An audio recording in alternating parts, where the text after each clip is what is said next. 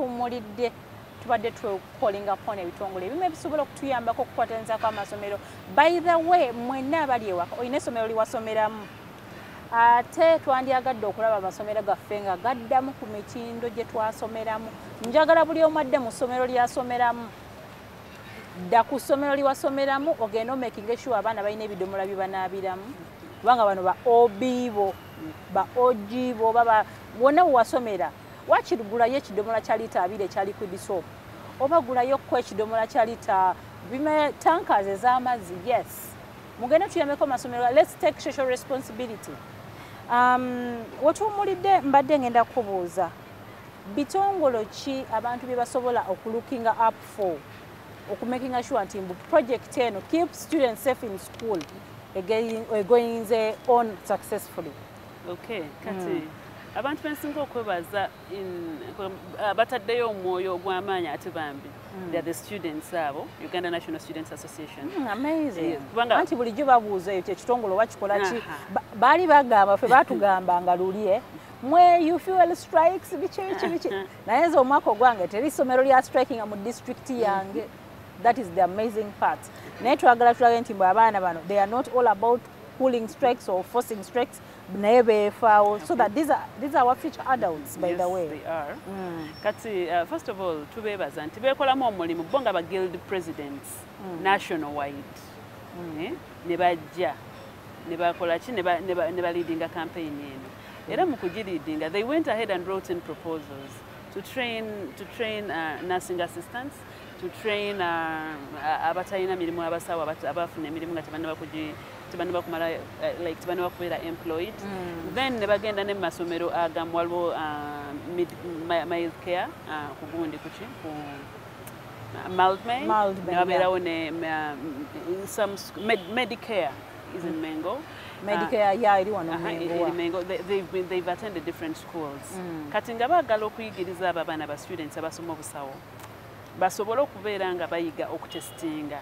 Era abambi aba Uganda National Students Association so far to training abaana nga 120 in the campaign. Yes. Nti bwetugulirawo amasomero era tukyetaaga abalala. We need around 2,000 people trained. And government to know the students, sente zaabwe ziba ntonotono, that is their effort, but that is an achievement for them. So kati twagala nti nno bwe tuddayo at least buli ssomero libeere attached to someone who is trained to test. Naye kikumi are they going to only bagenda kukola wano mu kibuga wokka oba mugenda basindika up country? Anti kati kyovolaba we need more people to train. To broaden is a training in such a way.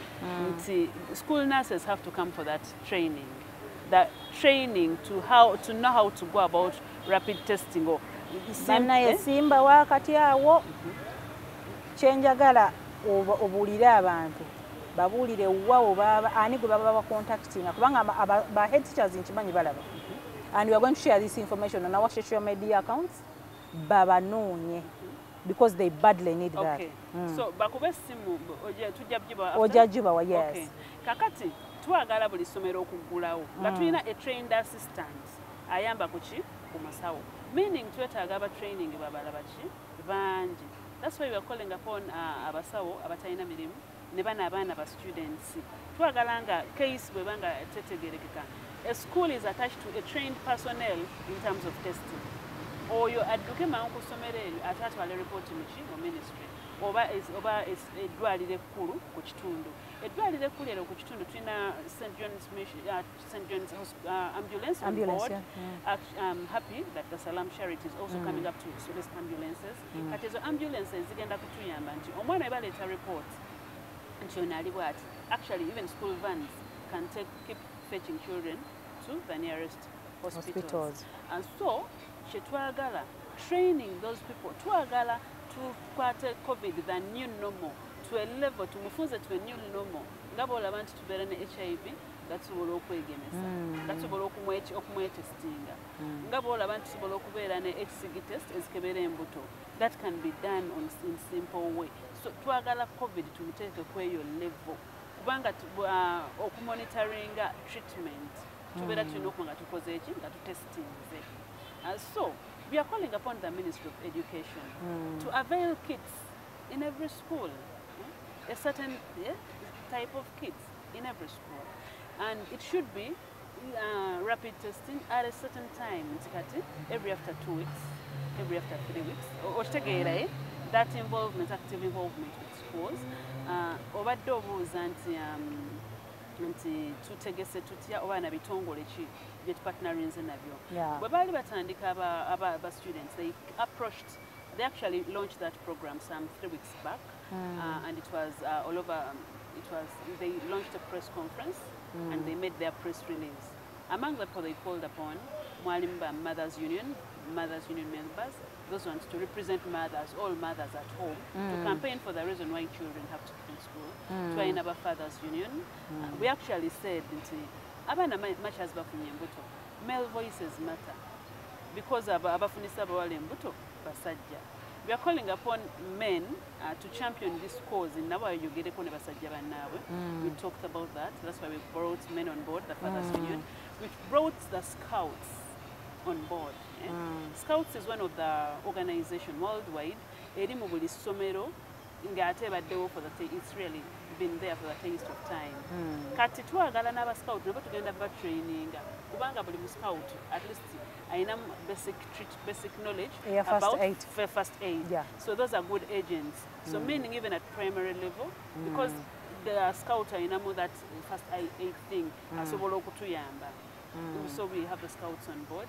We have the Family Comfort Foundation. For us, we shall be doing the psychosocial support because we have to prepare them psychologically.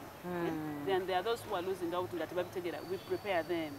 So far, baby, and Obulamu program show is also on board. Yes, official. You're welcome. You're most welcome. Salam Charity is also on board. Yeah, sure. So we are campaigning with our concept. We were looking at Abasirikali, CLOs, community liaison officers. Yes, you know, Abasirikali, Abajasi, we need you on board desperately. We need the teachers, the champions. We need everyone. You know, COVID is here to stay, and we have to get into the new normal, and we have to be very inclusive. Tewali gwe tugenda kulekayo gatukola campaign yokulaba nti no abasawo bako abaana basigala Amasomero because they are safer in school. So simanyi oba ekyo nkizeemu kyewambuuziza. Onkizeemu bulungi nnyo mulabe waffe omulungi akitegedde era tulina okuba bw'oba ng'oli wakangwa omanyi bwe tubeera ewaka eyo wabeerawo obukiikokiko ku kyalo waliwo be bayita bannaabakyala banaye bannaabakyala tuddeyo tukole omulimu ogwo ogw'abaana ku kyalo. Luli bagamba ng'omwana abeera wa community naye ennaku zino abazadde bemonopolizinga nnyo abaana. Let's be vigilant.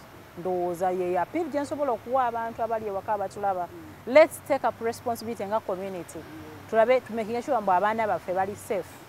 Oba bali waka oba bali ku ssomero either omwana watambulira in between there ali safe. I don't know. Ekirala, how involved ab'ebyenjigiriza mweno project ne Ministry of Health?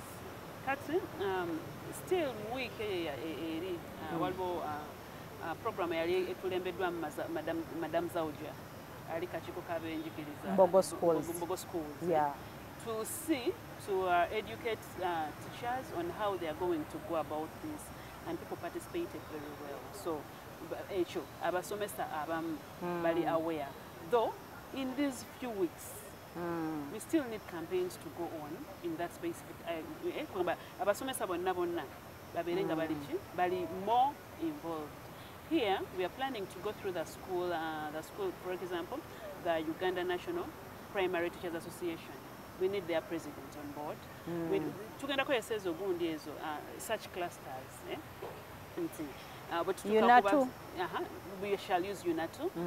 We shall use UNATO to go to the Uganda National Primary Teachers Association. Uganda Muslim Teachers Association. Yes. You have Uganda Catholic Teachers Association. We have Nkobazambogo, Twina Wildlife section ey'abaana. waliwo clubs eziri mu gundi waliwo I've forgotten The Red Cross.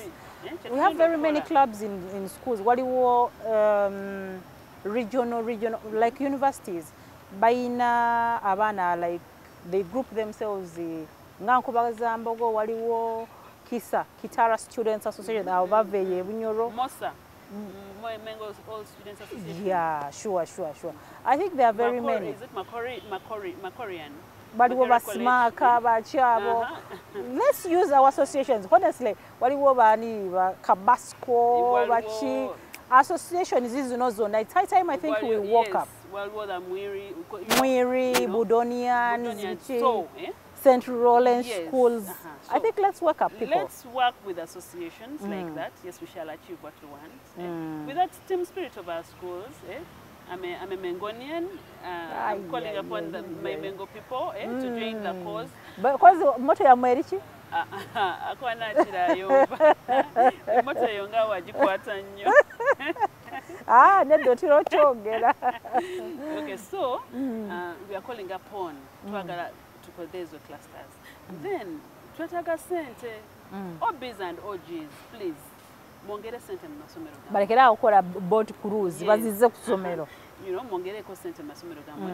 We are calling upon companies like Coca-Cola, Pepsi, gundi tuji supporting nnyo gundi Britannia tuba supporting nnyo kulya ebyo kulya Reham banaye abana nga banywa soda wamwe so this is the time you all give back to us. Pick fair, we are waiting for you to come to school. Kana nga twawandika mu pick fair nenga tu pick fair wangadde so kati bannange kekana kasera mutuddizeeko mwenna seriously. Actually we are having a promotion right now. It's running on Eriku Salam TV. Actually tukolagana ne Bravo Shoes. Bagenda kuwa abaana ba O-level scholarships. O-level, that is senior 1 to senior 4. Kati bw'oba ng'oli mwana oli ewaka oba omuzadde olina omwana ali mu O-level, beera kini nnyo beera ku Salam TV. Waliwo promotion egenda maaso. Actually erabika etantera n'okuggwa. Naye I think the entries are still open. Bagenda kuwa abaana scholastic materials scholarships for a year. Mutudde nnyo ewaka. Salam TV ne Bravo Shoes. Scholarships says always. Honestly, it's a promotion going on, giving back. Actually, never zanya Bravo Shoes. Mwebale nnyo mwebalire ddala for such opportunities. Kakati nanga ba Bravo Shoes mbasabeyo. Basabe bayizo. Nafe mtuweyo ko kubyaki apart from the shoes. Twagala sanitizers, twagala masks, twagala bisaba abamoviti. Bisaba abamoviti be babikola. Abamoviti. Yes. Kale kakati abamoviti bannange. Nga twesize baby nduniya. Abamoviti batuddize. Twesize baby nduniya. Abamoviti abebizigo byonna baby nduniya bannange. We are calling upon you to come on board. Bambi abaana buli mwana agenda ku ssomero. Manyi nti nasaba moviti oba baby junior. Oba kyogero habo bannange tubawagidde nnyo mwenna nga bwe tubawagidde naffe kyekino ekiseera ate batuddize mutuddize nga owonize projects yammwe. For example bwoba tukoledde masks teekako bulungi nnyo advert yo from Movit. Okitegera ffenna tufune omwana aba akijjukira for all that agamba banaye n'ayambadde ka Movit n'ayambadde ka Pick Fair n'ayambadde ka Coca-Cola n'ayambadde ka kati biki ebirala bingi so tusaze wano okukola bulango tetwagala mutuwe buwi naye mutuwe nga namwe mukola ki nga namwe mwetunda ate nga namwe ffe bumutusiima kubanga bambi naffe tubagaliza namwe mutubagalizeeko kituufu n'omusawo ali ewaka nga omwana wasoma oli ewaka otudde tolina kyokola bambi tukirira ekitongole kino I think you should do nina concept omuntu bw'ofuluma ne weeteeka mu public it is easy for you to get a job. Other than gwe kutuula ewaka noga nze kantuulo nja kunoonya emirimu. But I think it's high time you volunteer right now. Yes, someone will see you or you get that experience and exposure to make sure that you can manage. Kubanga waliwo abantu abasawo abamu abagenda ne banoonya emirimu nga yabyerabya n'obyerabya, but practice that will make you perfect. Yes, you're right. Actually, you're getting to volunteering. This is a campaign of volunteers. abagenda okutestinga abantu bano. They have come in and volunteer to learn to test. You never know. Buli kizibu kitera okujja ne solution. You never know within volunteering. May probably be positioned anywhere, but we need volunteers. We need volunteers to do our corporate social responsibility. We also have to give back to our world. When you feel yes, I did tastes on so many children, and yes, I felt good because I was giving back to society. So we are calling upon volunteers from different angles. Abasirikale tugenda batukako, abascoutu, ba Red Cross, but you are going to use such systems to see that everything is set. Katubadde ongambye nti no mbawe abantu essimu ey'abantu ezasobola okutuukibwako ne obasobola okutuukira to be trained. Okay, to be trained. There we always tubadde n'ezo gundi zaffe WhatsApp groups zaffe kwetukolera okufuna okukuŋŋanya abasawo abo naye nga ennamba zemusobola okucontactinga eri 0700 kanji wandiike wano njiddemu lindako 0700 35 29 24 endala eri 0772 39 14 52. Okay. Kati, in case you need training, in case you need training in the tasting, to volunteer as a trainee, you can volunteer as a trainer, you can volunteer as a trainer of trainers. So in case you need that, please call those numbers. In case there is something you can assist in any way, please get to those numbers. Okay. In case you need further information about the current state and keeping children in schools in safe place, you can call those numbers. Then, desperately calling upon government to join the cause of keeping us in school. We have a role to play, yes, but government also has a role. Abali nonye mama nabanja yagambye ali mchalo. Actually mama nabanja mulanga mama nabanja mchala era amanye ekitutuseeko. Mama Museveni, mama Janet Museveni, minister wa ffe fenga abakazi kitukoze bubi. Judge yabadde agambye mbuno bagenda tuta in phases. Yes, tetumanyi bakinabeera ffe tumandyagadde kuddayo lumu nini wabeera nti no ayagala tuddayo in phases. We respect him as a visionary for the nation. That is very but true. we have to inform him. The President Museveni tukubira omulanga tugamba nti no ffe tuli said to be in school, we need your help, so totuzaayo this time tetwagala tuddeyo waka. We are willing to do whatever it takes to make sure that we are in schools. That so, is true. Ministry of Health, we desperately need the kids. When we call upon you, in the first, when students approached them, they responded. They learned how to, but they didn't get on board. Kubanga beetaaga nabo government okukira abantu kyekyo. This was a student's concept. So we thank God that they partly katono they come on, but we now need the vigilance. Vigilantly on board when everything is official and normal for you to be part of the campaign. Ngenda kubadiramu ennamba y'omukyala gy'atusomedde in case oli ewaka eyo omwana wandyagadde okujja okutraininga oba oli musawo oba wasomako ebyobusawo oba oyagala kubeera volunteer kubanga oyinza okuvolunteeringa n'ogamba nze ngenda ku ssomero to enforce SOPs. Ennamba eri 0700 35 29 24 oba 0772 39 14 52 kuba ennamba ezo oba jangu mu inbox yange. Nze nabawako olumu essimu yange naye ne muntawaanya sijja kuddamu gibawa, sigenda kuddamu gibawa nokuupewa muntawaanya. That is the truth. Naye osobola okujja mu inbox yange in case weetaaga oba olina kyoyagala okuyisaawo oba olina kyoyagala okgenda mu ddakiika emu oba bbiri nga tumaliriza program yaffe. Mulanga kiggwa okubira naddala abazadde abali ewaka n'abaana beetegeke batya okudda ku ssomero. Kati abaana kansooke ku abaana mujje nga mumanyi nti no bintu bingi bigenda okukyuka naye okusoma you're better off in schools. waliwo statement egamba nti if you think education is expensive, try ignorance. Bw'oba olowooza nti ebyokusoma bya bbeeyi gezaako obutasoma ojja kulaba ate obutasoma bukuluma okuze. So mbasaba mujje ku masomero ate tukole ki tusome. Then abakulu b'amasomero first week eno yonna call upon psychologists to prepare abaana balina okubeera psychologically prepared for getting in school. Kubanga tebadde mu ssomero myaka ebiri temusobola batuusizaawo nti nomugenda basomesezaawo. So all head teachers, please, we need psychologists on board to prepare the staff, to prepare the students, the parents. Bo engeri bambi gye bakuwakuwadde abaana baabwe bo baagala abaana bakole ki bajje ku masomero. So we call upon parents to cooperate. How? Bagenda bongeramu ku bisale. Please do respond to that.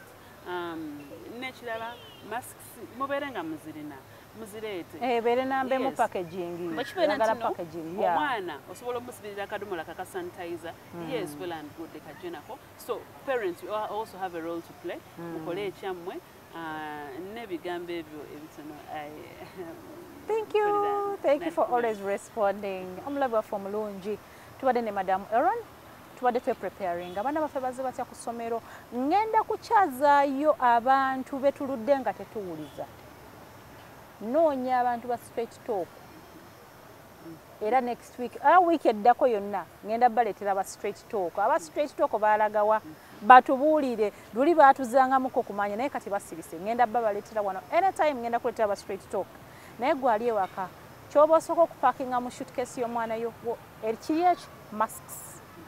Parkingira omwana wo masks, parkingira omwana wo sanitizers. Abaana mubayigirize the new normal. Bamanye luli batugabiranga max z'okusharinga naye kati mubagambe no sharing.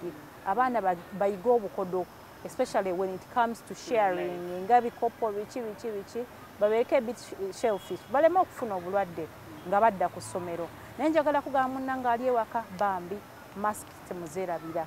Sanitize. Obanga osobola okubeera ewaka weewale crowded places. Taxis zazeemu okutika akabindo naye bannaye mwekuume. Tubaga tuli balamu. Oyinza okuba nga baakugema gw'ogamba nga lwaki ndwadde ate you are discouraging other people butaddamu babigema. Naye ojja kulaba nti omuntu gwe baagema tajja kulwala ng'oli gwe bataagema. Naye ky'oba omanya nti kali kaba kakendeezaako obudde bw'omala nti ng'oli mulwadde tebikukosa nnyo naye nga any other person obulwadde buba buzze. Njagala kwebaza kubeeranga ku Salam TV. Tuyisigaza ennaku 2 zokka guno omwaka tuguwunzike. Mwaka ogujja tugenda kujja na nkuba mpya era tugenda ku upgrading program yaffe eno. Tugenda kuba nga twongeramu ebirungo bingi nnyo. Mubadde balabe balungi mwebale nnyo okulaba Salam TV. Musule bulungi. Good night.